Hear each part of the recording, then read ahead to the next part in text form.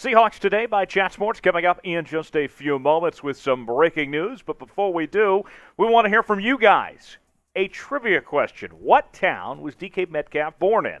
You'll find out at the end of today's show that answer. But in the meantime, you can type in your question in the comments, and you could get a shout-out on our next show. Big congrats to David Holliday for getting the question right on our last trivia question last week. Let's get started.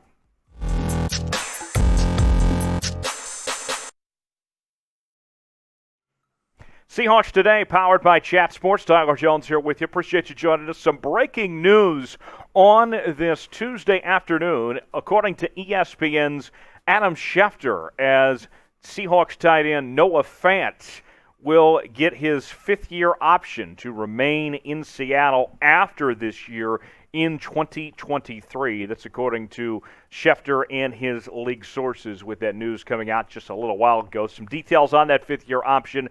Not a huge payday for Fant, an easy call for the Seahawks here as they're paying him just $6.85 million next season. Fant, very good so far in his career, with being 8th in the National Football League since 2019 in receiving yards among tight ends. Of course, he came to Seattle in the Russell Wilson trade. And when you look at the statistics overall of what Fant has done in that stretch, the last 3 seasons, nothing short of impressive the last few years. Every single season, his numbers got better overall, and throughout his career, this 3 seasons that he's been in the National Football League, 10 touchdowns and close to 2,000 yards. So for me, I look at this. This was the right move for Seattle here. It doesn't cost you a whole lot at all to get a tight end with a lot of potential. He hasn't had the chance to play with a great quarterback to this point, so now you see what he can do in a new system. Coming to Seattle here, to me, easy call here to give Noah Fant that money. What say you guys? Your chance to weigh in. Let us know in the comments. I want to get one word. What do you guys think as far as the Seahawks keeping Noah Fant around, giving him that fifth-year option? Was it worth it or not? Give me one word in the comments below of what you guys think of Noah Fant getting his 5th year with the Seahawks. DK Metcalf, the trade rumors continue to fly over the last couple of weeks, and some headlines earlier this week catching fire from ESPN's Dan Orlovsky as he was on the show Get Up talking about the situation involving Metcalf, and Metcalf saying that the Seahawks absolutely should entertain the idea of trading Metcalf, and that the Seahawks are in rebuild mode. Now, something to keep in mind as these rumors have gone about for the last couple of weeks here, we have heard several reports from the Seahawks camp that they're not interested in trading DK Metcalf right now, that they're not even taking offers.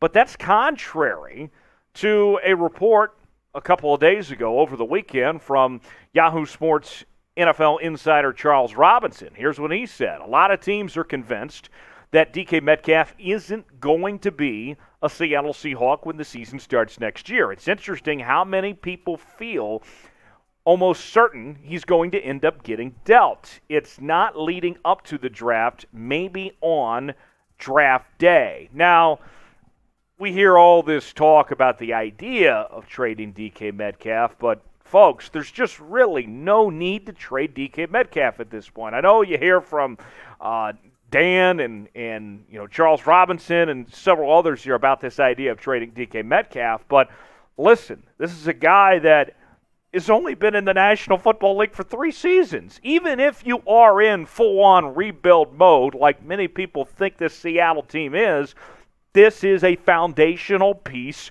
to rebuild your franchise. It's not that hard to figure out here, folks. Whether this team is trying to compete going forward right away, or it is a full-on rebuild process, either way, DK Metcalf needs to be part of that. He's too good to let go. So I know what you guys think. Y'all want to see DK stay in town. Here's your chance to sound off and let John Schneider and Pete Carroll and all the voices that be in Seattle get your voices heard. You can type 14 in the comments. That's the number 1 and the number 4, 14. If you want to keep DK in Seattle, let us know. Type 14 to let your voice be heard to see if DK can stay a member of the Seahawks. In a few moments, we're going to transition and talk some NFL draft rumors. But before we do that, we want to remind you, as always, to subscribe to the channel. New videos out each and every day here on Seahawks Today. We have everything covered for U12s, and make sure to turn on those notifications. YouTube.com/Seahawks TV. Hit the red sub button. And we want to reward our great fans that follow this show so intently. And we want to give some shout-outs to some of the folks watching that have those notifications on. What we call them the Noti Gang around here. Hawk Fan 15, Glexi, Elijah, Jordan, and DSF, Will 24. Thank you guys for checking out the show each and every day, having those notifications on, and make sure that you don't miss an episode of this show each and every day. YouTube.com/Seahawks TV, and have those notifications on. The draft coverage continues here on Seahawks Today as we are another day closer to the 2022 NFL Draft. Let's talk about Sauce Gardner, the cornerback from Cincinnati. The Seahawks will have a top 30 visit with Gardner. He is a potential target for that number 9 overall pick. And Seahawk fans, I think, are going to get pretty excited when you talk about the comparison that Sauce is getting, and that's to the greatest Seahawk defensive back of all time, Richard Sherman. That's pretty good company.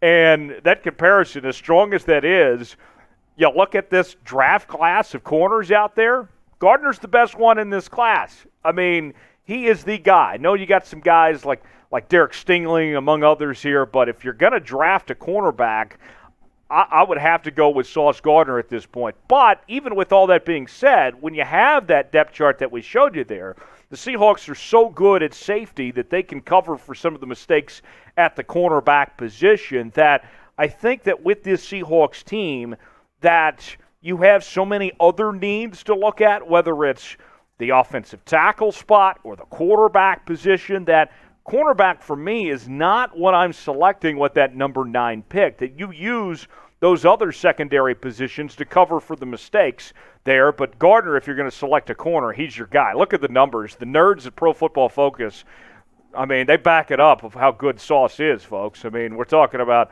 an 87.1 overall grade, and you may be saying to yourself, well, Tyler, he didn't do it against very good competition in the American or the USA Conference or whatever you want to call it. Well, folks, what's that team listed below in that graphic? That is Alabama, as Forrest Gump once said. And the number was pretty good against Bama, too, 71.4. All out, very good cornerback that did not allow a single defensive touchdown in college. You heard that right. He's the real deal. So if you're going to get a corner, this is your guy in none other than Ahmad Gardner there. So we have more draft stuff to get to in just a bit, but this is a good time to tell you, folks, about our draft coverage here at Chat Sports. Tom Downey, the entire crew, they're going to have you covered with an outstanding NFL draft show, 3 days long, all 7 rounds. It's going to be live on YouTube, and for whatever reason, if you don't have a YouTube account, you get kicked off between now and then. You're going to watch on Rumble as well, and they'll have you covered April 28th through the 30th, all 7 rounds. You can watch on youtube.com/chatsportstv, and they're going to have the picks before the TV guys do. So, you know, you don't have to wait for Roger Goodell to say some name and sit in his lazy boy chair. You get the news right from us here on Chat Sports. So make sure, watch our draft coverage, the most watched draft show on the internet. That's not a lie. That's a fact. youtube.com/chatsportstv. Moving on, Devin Lloyd. Devin Lloyd, outstanding player, folks. 12th Man Rising, the guys over there have suggested the idea of possibly taking Lloyd at number 9 as a replacement for Bobby Wagner. The stuff that you talk about with Devin Lloyd is nothing but exceptional. First-team All-American last year, Pat Tillman Defensive Player of the Year. He was outstanding. In the interceptions that he was able to pick up, those turned into touchdowns about half the time, it seemed. Now, I like Devin Lloyd. If you're going to take a running back high or take a linebacker high, Devin Lloyd, I think, would be your guy. But like what we talked about with the cornerback position, there's so many higher needs for Seattle when you talk quarterback, offensive tackle, and such, that I would be surprised if Seattle goes linebacker that high. This will be addressed in this draft, no matter what. Seattle's taking an inside linebacker very high in this draft, but at number 9, maybe not that high per se. What do you guys think? Should the Seahawks take a linebacker in the very first round on day 1, on Thursday night? Should Roger Goodell hand the card, and should it read a name of a linebacker such as Devin Lloyd? Your chance to sound off. Let us know. Type Y for yes, type in for no in the comments. Let your voice be heard right now. So here's the depth chart for the linebacker spot for the Seahawks. You can see there Cody Barton and Jordan Brooks lead the way there. And with this scheme, linebacker, not a huge emphasis with the existence of the front that Seattle uses here. But here are the grades on Devin Lloyd. And, woof, I mean, these grades, you know, your teacher is going to be pretty happy. She might give you some extra candy or something if you turn in these type of grades. I mean, you're talking overall grade of 90.2 according to PFF, pass rush 88.4, run defense 82, coverage 81.8. They're all good on Devin Lloyd. This guy's the real deal. I like Devin Lloyd, but I don't know if I like him in this spot for the Seahawks. But nonetheless, a very good player and a good option there for the Seahawks at 9 if they decide to go at the linebacker spot. Before we sign off, let's circle back to our trivia question that we asked you at the top of the show. What town was DK Metcalf born in? The answer is Oxford, Mississippi. That is also the same town that he played his college ball at Ole Miss. So DK goes from Oxford, stays in Oxford, and is hopefully a member of the Seattle Seahawks for a very long time. We'll keep eyes on that as well as the rest of the news surrounding the Seahawks leading up to the NFL draft right here on Seahawks Today by Chat Sports.